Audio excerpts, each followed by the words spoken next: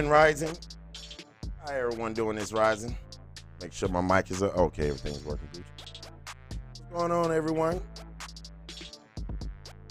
Good builds last night on YouTube, Facebook. A lot of things been going on. Been checking out the scene with Gangster-Lean. Everybody's going in. They putting in work. Action. They taking care of business. People are doing what they need to do to wake up folks, and it's beautiful. We see it every day, and it's what's need to be shown every day. Grand Rising Mia, Grand Rising Shay Humbled, Grand Rising everyone. I got a great story this morning, but before I get into it, if you're in the Atlanta area, it's wet. It's been raining all morning, thunder and lightning, cutting up. My dog went in the bathroom last night. She said she wasn't putting up with it. All right, let me see what we got here. Who else we got? We got Nina Wa. We got Tommy. What up, Tommy? What's good with you? All right, so the story of this rising is when Aboriginal students are beaten in school and Aboriginal educators are to blame. That's gonna be the topic of the day. And to go into last night, or the bill that I did yesterday, everyone was like, "Hey, you went by that a little fast, man." I had some questions. I had a few people ask me some questions. I was going through them, and I got to digging in it. And you get to digging in something. It can go longer than just 10, 20, 30 minutes. It was a long fiasco of digging, and I just said I'd just do part two of last night, and bring that to you. I don't know the day tomorrow, but we're gonna do a part two of that. So the other story that was big, we had like multiple stories that was big for the week that we had chosen to do. And again, the title of the story is when Aboriginal students are beaten in school, and Aboriginal educators are to blame. So I'm gonna go ahead and flip and get started on this story. And while everyone coming in, I can go ahead and read it. I am going to be asking questions and different things like that. Right. So, this is by T.C.B. All right, now it has been edited. I don't do the black and the African American thing, so it's been edited by Dejan. We get rid of that. I think if it says African American, we will put American Indian, and if it says black, because they'll put the same and they'll put both in the same sentence, we will say Aboriginal. All right. Stacey Patton is an assistant professor of multimedia journalism at Morgan State University and the author of Spare the Kids.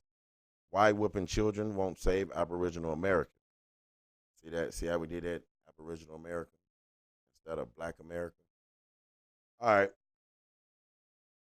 When 9-year-old Jamari Champ showed up to Tilton Elementary School on Chicago's West Side one morning last September, his homeroom teacher allegedly decided to give the fourth grader a lesson he would never forget. The teacher named Christine Haynes. Now we're gonna get in this. We're gonna talk about a few of these things. We're gonna get in this. Enlisted help from. I'm gonna read this real quick, and we're gonna get back into this because it's a pretty long story, and we're gonna break it down a little bit at a time. We're just not gonna run through it real fast. But the teacher, Kristen Haynes, enlisted help from her best friend, Juanita Tyler, who was not a school employee. According to a lawsuit Champ's parents had filed, the woman grabbed Champ by his arm and dragged him into the boys' bathroom. Haynes handed it her friend a pair of leather belts and walked out. Tyler, who has a criminal history of battery and had 2 foster children living in her home at the time, so she was already approved to be a foster parent. All right, this is the lady that came in to help. She's not she wasn't employed by the center or the school or whatever it was. And her friend was like, "Yo, come help me with these kids. I got some bad kids. Come help me with these kids." And she's like, "Oh, girl, I kick their ass. Y'all know how it go. I don't play. I whoop their ass. They ain't gonna, you know how They probably was at home the night before having some drinks, talking about the kids at school, and she like, girl, I come up there and help you with them badass kids. You know how we be talking. So the woman grabbed the champ. Let me see. Well, okay, got the belts. Okay, Tyler, all right, who has a criminal history. All right, she already has a criminal history of battery and had 2 foster children living in her home at the time. Ordered the student to pull down his pants. The young man refused.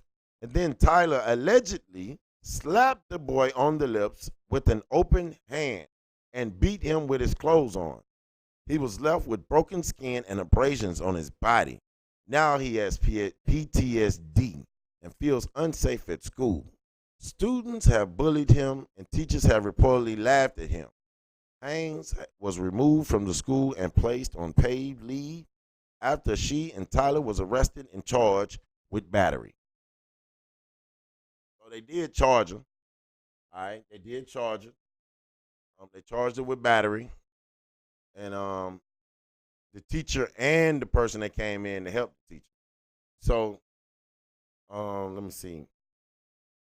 The way it's looking, I would have called them before they went to jail. I mean, I'm just being a parent right now. I'm not saying that it's probably been the right thing to do, but I probably would have nutted up, if you know what I'm saying. I probably would have went AWOL. That's right. We are American Aboriginals before anything. That's right. All right, so let me get back into this story. Let me get deep into this story real quick. All right. We often read headlines about Aboriginal students being abused by white teachers. Incidents have included teachers who have cut students' hair, slapped them in the head, called them nigger. I ain't gonna say the N word, but they called them nigger. Look, yellow nigger. I seen the videos. You all seen the videos because we all on social media. Walked on their backs during the lessons about slavery, threatened them with the lynching for not focusing on schoolwork. Y'all remember that lady said that. And yanked and pulled on a preschooler by the hair for being sick or sleepy. You remember when that young lady was trying to doze off? I think they was trying to feed him and she kept snatching her by her head. Videos of security officers body slamming students, grabbing and punching them and throwing a girl across the classroom has gone viral in the recent years. All right, let me talk about this for a second. Now, just the other day, I was watching the news, and what happened was a young girl was I don't know what happened. I don't know the situation. I don't know what caused it. But what happened was when she got snatched, all right, she snatched her, and she got drunk down the stairs by a police officer. I mean, the girl probably was 100 pounds wet, and he drug her all the way downstairs, probably 2 flights of stairs. And then, as I recall, the young lady's father walked around the corner when the officer had got her down to the main floor. And only thing he said was, "Hey, what's going on? What are you doing?" Like, if that ain't the coolest brother in the world, or foolish brother in the world, I believe he should have been charged for negligence. Anytime you let something damage your property, that's negligent.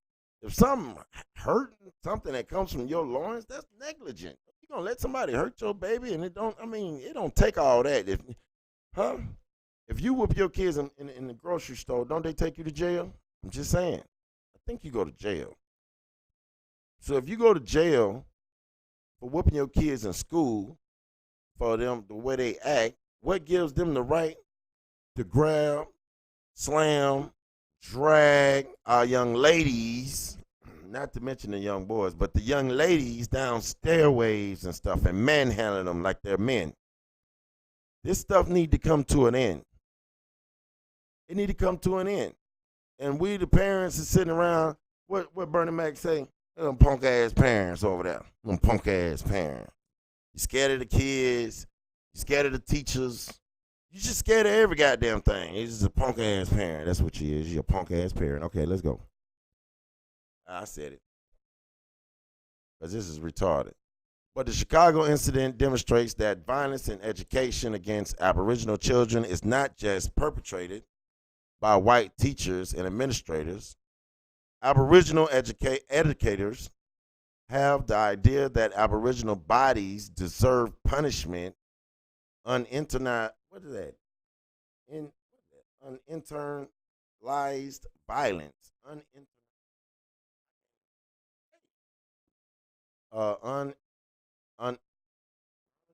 uninternalized. I know I'm tripping this morning. Violence, even though corporal punishments or corporate punishment is illegal in public schools in Illinois.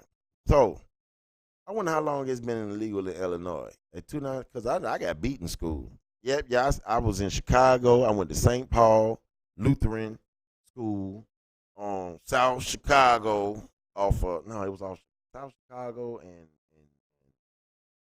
Dorchester, 69. No, not 69. 89. I think it was 69, 79. Let me see them go up. I don't know. I think it was 69, 69th and 69. I don't know what it was. Probably 79. And whenever you got in trouble, or check it out, if you didn't bring your, say if you didn't bring your book bag, you didn't do your homework. If you didn't do your homework, you got beat. You know how many licks it was and everything. If you didn't do your math, when you came in, you had to put your homework in the little container thing on the teacher's desk. And one teacher taught all subjects, so you had to put your social studies in there. You had to put your math in there, and you had to put your you know what I'm saying, different subjects in there. So what happened was you mess around and it's time for that subject, and they pull out them names, them papers, and your name ain't in there. You knew you had to stand up in front of the classroom and get hit on the behind. Now, if you really cut it up, you had to go see the pastor. You had to go around. I went to a Lutheran school. We had to go around to the principal's office, and then you had to go see the pastor. He'll tell you to look out that window right there and put your hands right there on the couch and tell you to look out that window while you go to wailing on your behind. The whole school can hear you getting your ass whooped when you getting your ass whooped by the principal, because the door's open and it echoes through the whole school. So let's get into this. Uh, is illegal in public schools in Illinois. A 2009 investigation revealed hundreds of substantiated incidents of Chicago public schools students who had been beaten with belts, broomsticks, even a so-called whipping machine. What is a whipping machine? Do anybody know what a whipping machine is? Can anybody explain to me what a whipping machine is? I'm confused. I do not know what a whipping machine is. Let me see if I can pull this up right here and see if I can pull up me old whipping machine. Larissa, Grand Rising has a concert, so safe travels, fam. Tommy has a concert. What are you doing? Where the concert at? Who doing the concert so we can? I didn't know nothing about no concert. Y'all didn't tell me about no concert. So yeah. So anybody know what a whipping whipping stick is? I mean, a whipping machine. We know what a whipping stick is. A whipping machine. Didn't y'all look it up yesterday? Oh, it wasn't me. Somebody else looked up whipping machine. All right, I gotta figure out what a whipping machine is. Somebody had pulled up a whipping machine yesterday. I didn't know what it was. I remember what the whipping machine was. It was a broomstick or something like that.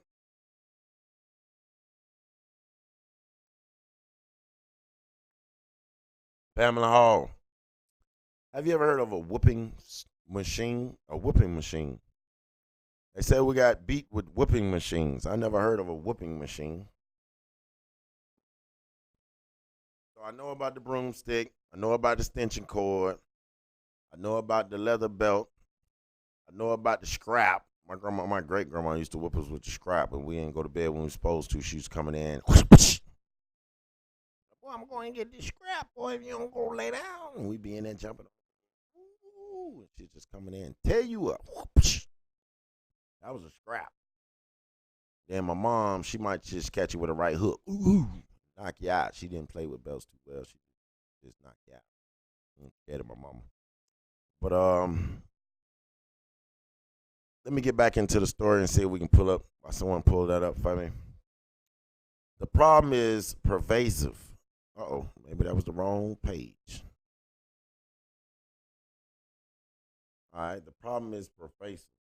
Not only in Chicago's troubled schools, but across the nation. Corporal punishment of public school students is still legal in 18 states. Students are hit with wooden boards for minor infractions such as chewing gum, being late to class. Yep, I got hit for chewing gum. Yep, I got beat for being late to class. Yeah, I can speak on all this. Talking back to a teacher. Oh, after getting beat, you really didn't talk back much. I had a dude. He was handicapped. He had like his name was Mr. Gordon, and one side of his body was was paralyzed. So he had that extra strength in the other hand.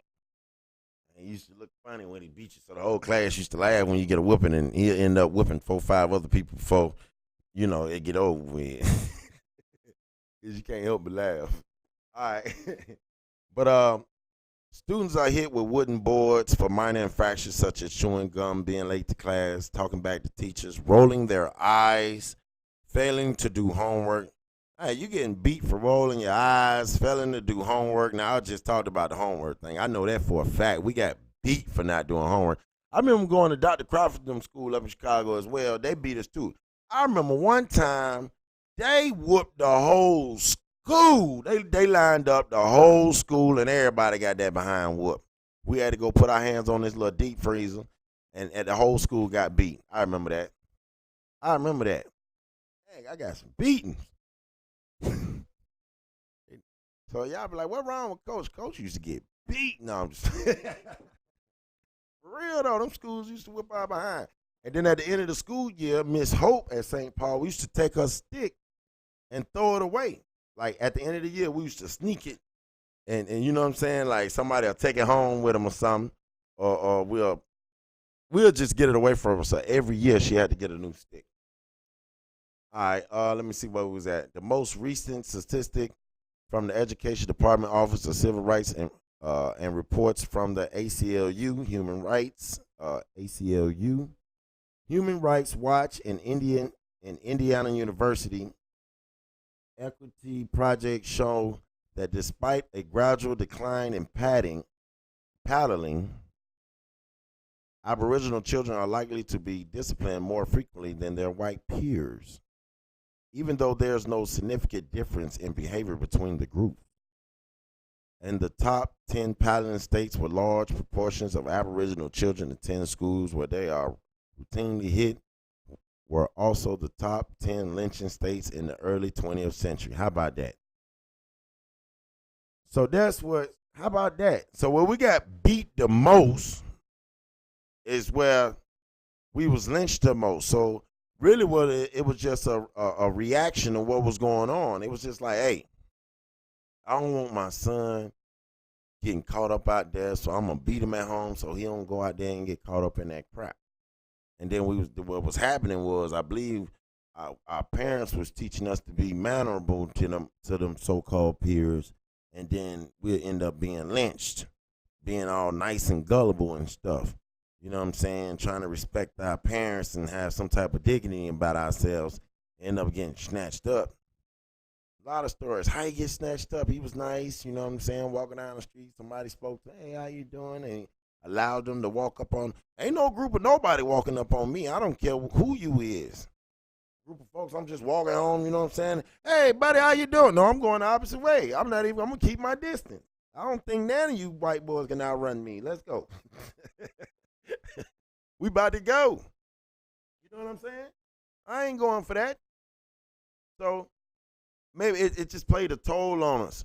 So Mississippi is one of the top states. That means the ass whoopings was worse in Mississippi at the end of the day. That's basically all they saying. Crystal Green said, I have a paddle. Uh-oh. You be whipping behind Crystal? I know you don't be whipping that big old boy. You ain't got to do that. You just send him to me. We'll work him out. We'll work him out. So yeah, that was something there. And I know most of us come from households of getting behind, getting our butt whoops. I know this is nothing new. I know I seen my grandmama take a wood stick, a broom, like they was just talking about, and work a stick. I seen her beat two boys at the same time, like she was Chinese, just with a wow, wow, wow, wow, wow. Like yeah. So yeah, let me get back to this story and try to finish it up real quick. So yeah, let me see. And the top we did that 10. Okay, we done with this one. Let me go to the next page real quick. Why do people think that Aboriginal children's bodies are fair game for brutality? Now let's talk about it. Somebody talk to me, please. Why do people think that Aboriginal children's body is fair game to be beat on? What is it? Can anybody explain it to me? Can anybody speak on it? Maybe somebody can enlighten us to why is it fair game for them to beat on children at schools? I know I went to a Lutheran school, but the teacher that was beating me was Miss Hope. She was a white woman. And she used to sit there and drink coffee and smoke cigarettes all day. Smell like a pound of cigarettes every time she go to whoop your ass. You just smell a poof of cigarettes every time you get a hit. I'm serious. Every time she hit you with that stick, you smell some cigarettes. But my parents was cool with it. They signed on it. They paid good money for me to go to these schools to keep me out of public schools. So I wouldn't end up dead in school. Yeah, I said it, dead. You had to be a G to go to school in Chi-Town, boy. You make it up out of there around the 90 area, you's a bad boy. I don't care who you are. You could be slow, mental, retarded. I don't care what you call it, gay, whatever. If you made it out of them streets in the 90s, 94, 95, 96, you made it out of the high school, out of you was going, let's see, CVS, that who? High Park, Kenwood, Julian, Morgan Park. If you went to any of them schools during 94, 95, I'm talking about when it was full out brawls. I ain't talking about when they was shooting folks. I ain't talking about then. Now they just shooting folks. I'm talking about back in the 90s when you might get jumped on by 34. Mm-hmm. Yeah. But see, in the public schools, you'll get beat up. In the private schools, you was getting beat up. The teachers will beat you up in the private schools. But in the public schools, the thing was you was able to adapt. So you was able to, when you was in the public, you know where to go, who not to deal with, who to deal with. You knew what the issue was. You knew if folks had beef, and you knew where to stay away from. And it shows. It shows when you're dealing with people that make it. Hey, please. Yeah, it shows. So let me finish this. Let me see. Jay Susquehanna says fear is one of the main reasons. Uh, I can agree. What's up, Patrick Gabriel? Uh, who else we got? Who lynched who? Well, we wasn't the one getting lynched, Tommy. And if you look at Mississippi records, it was one lynching in every county, sometimes two, and very seldom you'll see three lynchings in a county. So it was like every county took a part in lynching. It was like before we make this county, we're gonna all go over to Butts County over there, and we're gonna celebrate the beginning of this county with a Negro lynching. You see what I'm saying? It's like they're killing us on our own land. Oh, what about that post we had earlier? Talking about the same subject about I need to go flip to it. I need to show that to y'all. I had did a post on Facebook. I had found it from someone else, and it was showing the American Negro, how they were selling the American Negroes, and then they had the Cajun American Negro. They were selling all of these American Negroes, but then they had the one African Negro, and the African Negro was sold for $100. But everyone else was sold for 1,500, 800, 900, 700. They should carry. They should carry what, American? They should carry guns. Oh, okay. But would you let your child go to school and get beat on? Would you let the teacher beat your child with a paddle for not doing their homework? That's the question I want to ask. Come on. What you think, Jay? What you think, Patrick? What you think, Chakra Mia Chakra? Would you let your child go to a school and let the teacher whoop him on the behind with a paddle? That's the $1,000,000 question of the day. Tommy said he wouldn't. Tommy said he ain't with that. No, I wouldn't do it. Would you do it, Mia Chakra? Oh, she said no, she ain't gonna do it. My pops wouldn't play that with me. Yeah, I know that. My pops wouldn't play it neither. Or but in Chicago, my family was doing what they thought they was doing to keep us alive. Mr. Green depends on the teacher. Well, if they once you sign that agreement, it's all out season for your ass. All teachers can whip your behind. In Chicago, all the way down to the gym teacher, get your behind, bro. And I got a lot of people on my timeline that went to St. Paul. They know what I'm talking about. They know about them whoopings. Type to take his belt off to the teacher. But when we went to public schools, the teachers wasn't whooping you. It was the gang members was. You had to fight 10 gang members to get home. Or it was just, you know what I'm saying? Either way, you was going to get that tater rock. Either it was your head or your ass. The way I see it, the way I'm looking at it right now. Because if you didn't have parents that cared for you, to try to be there when you got out of school, if you had to walk home from school, oh yeah, you had some brawls. If you had, it was just a whole bunch of different issues. Stories when a young girl was jumping double dutch and, a little 13-year-old boy gunned her down, shooting at somebody else. It was a lot of stories like that going on in the city.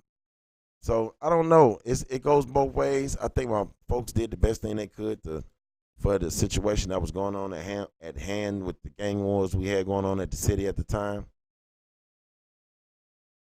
I know a lot of people in the city who are not gang affiliated, and they went to church, or they was Muslims, and 24 hours a day they was either in church or 24 hours they was at the mosque. Most neutrons in the city got robbed on the bus, got beat up, and everywhere they went, we called them neutrons. That's back when I was growing up. And no, all because they would send us to jail for doing it. That's right, Leon Bolton. They would send us to jail for doing it. That's correct. That is correct. They will send us to jail. Let me see. I'm trying to check everybody chat out. Let me see. But no, let me see. They should leave you alone if you're not gang affiliated. It didn't work like that. I've seen neutrons on the bus just sitting there minding their business on their way home, get robbed for their bus tokens. Brother ain't got nothing but some bus tokens. They been and beat them up and took them. Well, in Jay, it wasn't like that in the city, man. I learned how to fight in the city by getting jumped. I think that was how I was able to learn how to fight. I wasn't never one-on-one. It was always me getting jumped by 4 or 5 or 6 or 7. I ain't never have a fair one-on-one fight, I think, until I moved down south. I don't think I had fair one. Oh, I had a few. Me and Joe used to fight all the time, but other than that, we brothers. Well, I went to Hyde Park during 95. They had what they call GD Hallway. They had a hallway for GDs. It was right by the gym. It's called GD Hallway. You couldn't even go to the gym. Get beat up. I know a Blackstone brother. He'd go to the hospital every time he come back to the hospital. Every time he come back from the hospital, go back to school, he'll get beat up and end up in the hospital again. He went to the hospital once a month. They would jump him. That's why we have to be mindful of how we raise our kids. That's right, Leon. But yeah, that's serious. Like, the brother was going to the hospital because he wasn't scared, and he wasn't scared to rep what he was about, and he was always outnumbered, and he always got beat up. But if he caught one of them by himself, though, he'll beat him up, and then they'll jump him. Well, y'all know there's a lot of jumping going on in school in Chicago. But let me go ahead and finish this story. Let's see what else we got on this story real quick. He said on the spot in class. Yeah, okay. All right. What made two Aboriginal female teachers think it was permissible to give an Aboriginal male student a plantation style beating at school? All right, you can let me yeah. Let's talk about that for a minute. What in them don't what her name? I hope her name was Jared. Well, yeah, that was an Aboriginal name. That wasn't no white woman name. Let me see. I mean, Aboriginal people don't fight fair. I mean, when it come to hands, I mean, it's ain't no such thing as a fair fight, is it? I don't think it is. Tell me about a fair fight. I don't think there's a such thing as a fair fight. So, what in the right mind made them women think that they can beat those kids like that, or beat that young man like that? She hit him in the mouth, open hand. Wow. Yeah, I know it. I know all that busted. It whole lip, all that up there was busted. Then she went to beating him, and you know she was smacking him open hand on his back. Oh man,